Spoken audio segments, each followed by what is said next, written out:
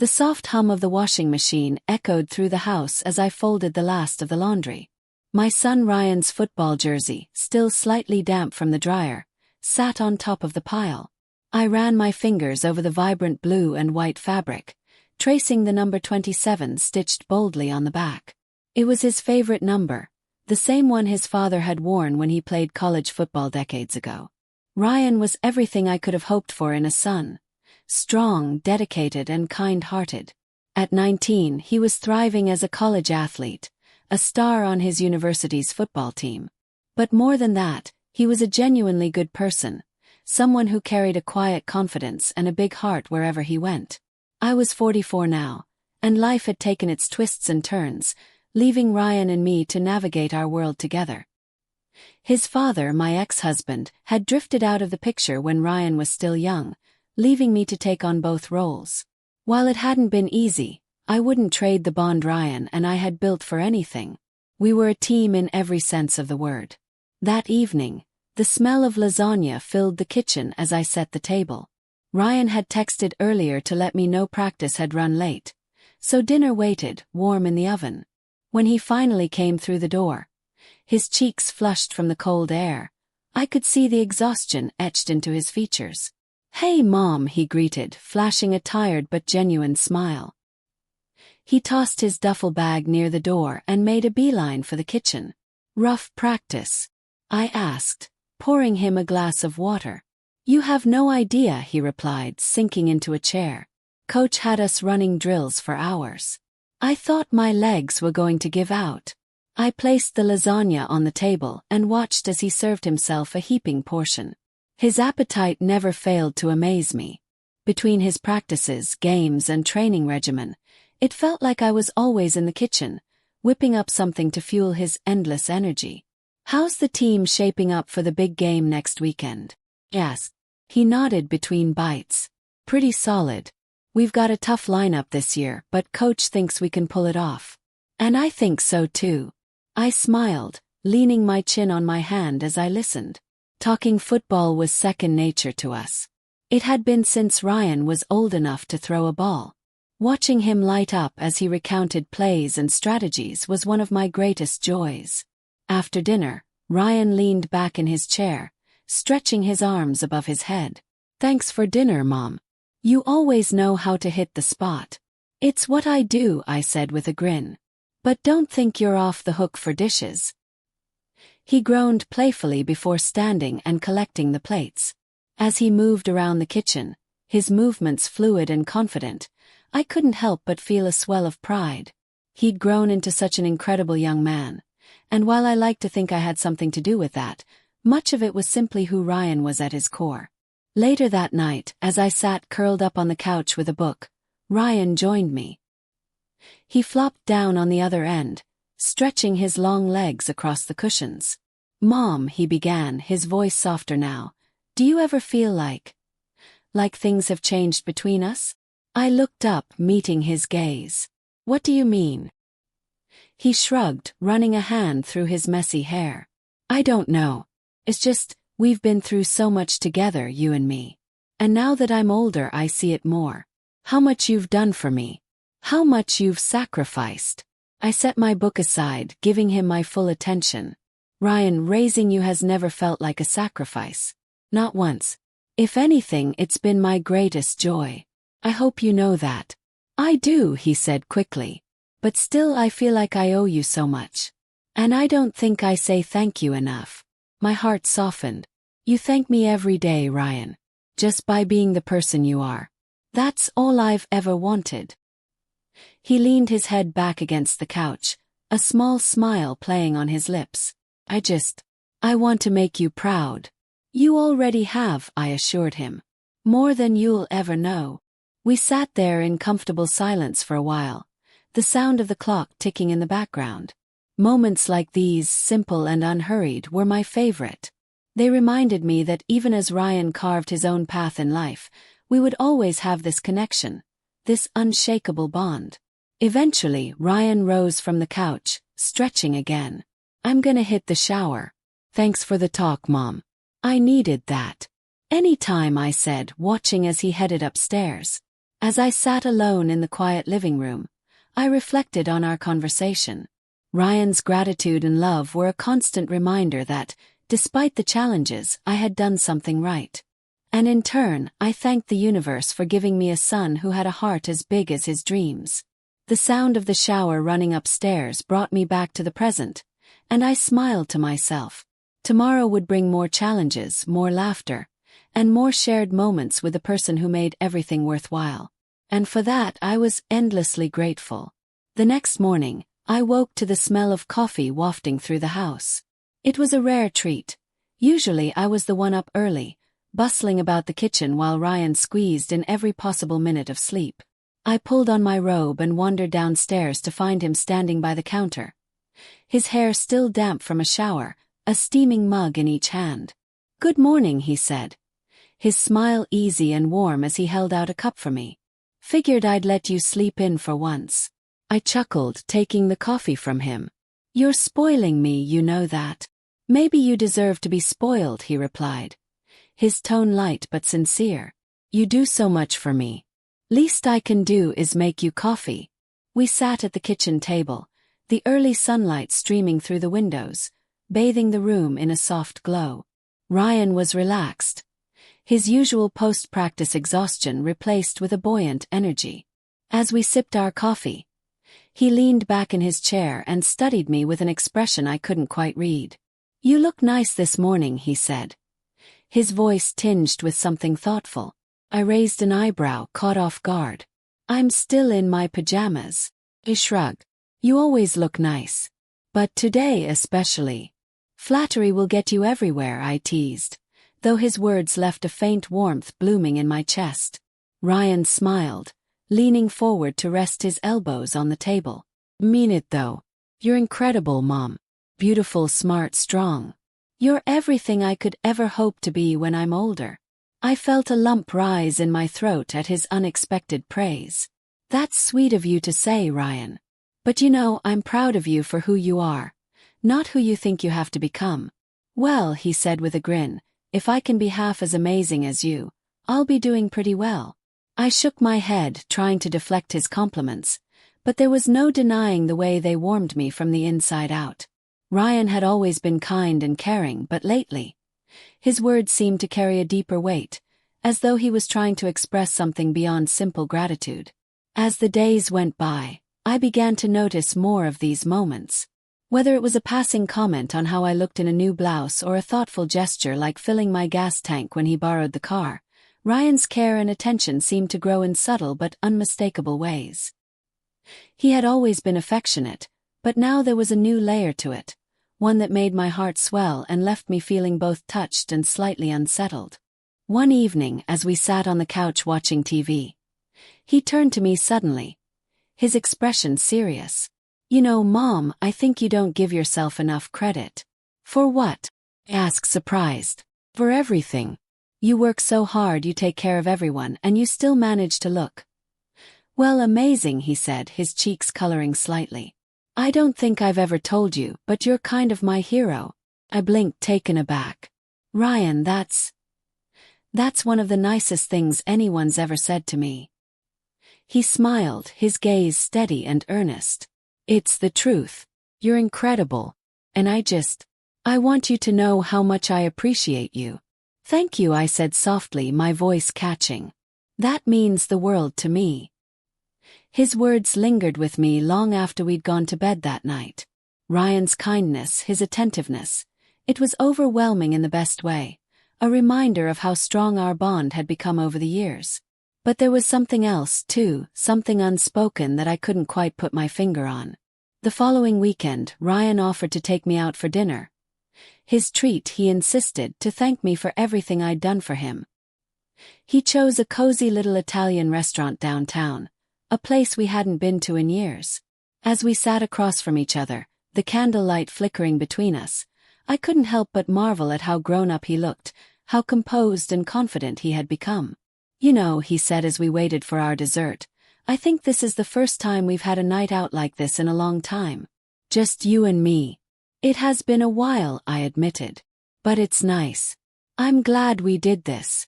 "Me too." He hesitated, then added, I hope you know how much you mean to me, Mom. Not just as my mom, but as, well, as you. As me. He echoed, confused. He nodded. You're an amazing person. And I don't think I say that enough. For a moment, I didn't know how to respond. The look in his eyes was so sincere, so full of emotion that it took my breath away. Thank you, Ryan. That really means a lot. As we walked back to the car that night, his arm draped casually over my shoulders, I felt a quiet contentment settle over me. Whatever was shifting in our relationship, it was built on a foundation of love and trust, and for that I was deeply grateful. Back at home, as I got ready for bed, I caught my reflection in the mirror. There was a lightness in my expression that I hadn't seen in years, a quiet happiness that came from knowing I was cherished, not just as a mother, but as a person. And for the first time in a long time, I allowed myself to simply bask in that feeling. The day of Ryan's big competition had finally arrived. The entire week leading up to it, the house had been abuzz with a mix of anticipation and nervous energy. Ryan had thrown himself into preparation, hours of practice, reviewing strategies, and even fine-tuning his diet to ensure he was in peak condition. Through it all, I had been his cheerleader, offering him support in every way I could. That morning, I stood by the kitchen counter, packing his favorite snacks into a small cooler. He appeared in the doorway, already dressed in his team uniform, looking every bit the confident young man I had watched grow up. Morning, champ, I greeted him, handing him a bottle of water. Morning, Mom. His smile was warm, though there was a flicker of nerves in his eyes. You're coming, right? Gave him a look. Of course I'm coming. You didn't think I'd miss your big day, did you? His shoulders relaxed, and he reached out to ruffle my hair playfully. Good. I don't think I can do this without you. You can do anything, Ryan, I said, my voice steady. And I'll be in the stands, cheering you on every step of the way. By the time we arrived at the stadium, the energy was electric. The roar of the crowd, the clamor of teammates, and the adrenaline that hung thick in the air. All of it created a charged atmosphere that set my heart racing. I found a seat near the front, clutching my bag tightly as I waited for the game to begin. When Ryan's team ran onto the field, the crowd erupted in cheers. My eyes were locked on him, taking in the way he carried himself with such confidence and determination. Watching him play was like seeing years of hard work come to life. Every pass, every tackle, every moment of strategy a testament to his dedication. As the game wore on, the score remained close, each team battling fiercely for dominance. Ryan was everywhere, his presence on the field commanding and unwavering. With every play, I felt a surge of pride that threatened to bring tears to my eyes. When the final whistle blew, signaling their hard-fought victory, I couldn't contain myself. I was on my feet, cheering louder than anyone else, my heart swelling with joy. Afterward, the team was swarmed by fans and well-wishers, but Ryan made a beeline straight for me. He was sweaty, his hair sticking to his forehead, but the grin on his face was brighter than the stadium lights. You were amazing, I exclaimed, pulling him into a tight hug. Thanks, Mom, he said, his voice muffled against my shoulder. But I couldn't have done it without you. We headed home after the celebrations wound down, both of us still riding the high of his victory. Ryan seemed quieter than usual during the drive, his gaze thoughtful as he stared out the window. I chalked it up to exhaustion, assuming he was processing the events of the day. That evening, as we sat on the couch with cups of tea, the silence between us grew heavier. Finally, Ryan set his mug down and turned to face me, his expression serious. Mom, he began, his voice soft but steady, there's something I need to tell you. I tilted my head, a flicker of concern rising in my chest. What is it, sweetheart? He hesitated, running a hand through his hair. I've been thinking about this for a long time, and I don't know how to say it without sounding, I don't know, ridiculous. You can tell me anything, I assured him, though my heart had begun to race. He took a deep breath, his eyes locking onto mine. I love you, Mom. Not just as my mom, but as you, as the person you are. The words hung in the air, heavy and startling. My mind raced as I tried to process what he had just said. "Ryan," I began, my voice barely above a whisper. "What are you saying?" "I'm saying," he continued, his tone earnest, "that you're everything to me. You're kind, strong, beautiful. You've been there for me in ways no one else ever has. And I don't know when it happened, but I realized that my feelings for you are deeper than they should be." I stared at him, my heart pounding so loudly I could barely think. His eyes were filled with a vulnerability I had rarely seen, and it left me breathless. "I know this probably sounds crazy," he added quickly, his words tumbling out in a rush. "But I had to tell you. I couldn't keep it bottled up anymore." "Ryan," I said, reaching for his hand. "This is a lot to take in." "I know," he said, his grip tightening around mine. "And I don't expect you to feel the same way. I needed you to know." I took a deep breath, my mind swimming with emotions I couldn't quite name. "You mean so much to me, Ryan. And I'm so grateful for the bond we share. But this is complicated." He nodded, his expression a mixture of hope and resignation. "I understand. I just didn't want to hide how I feel anymore."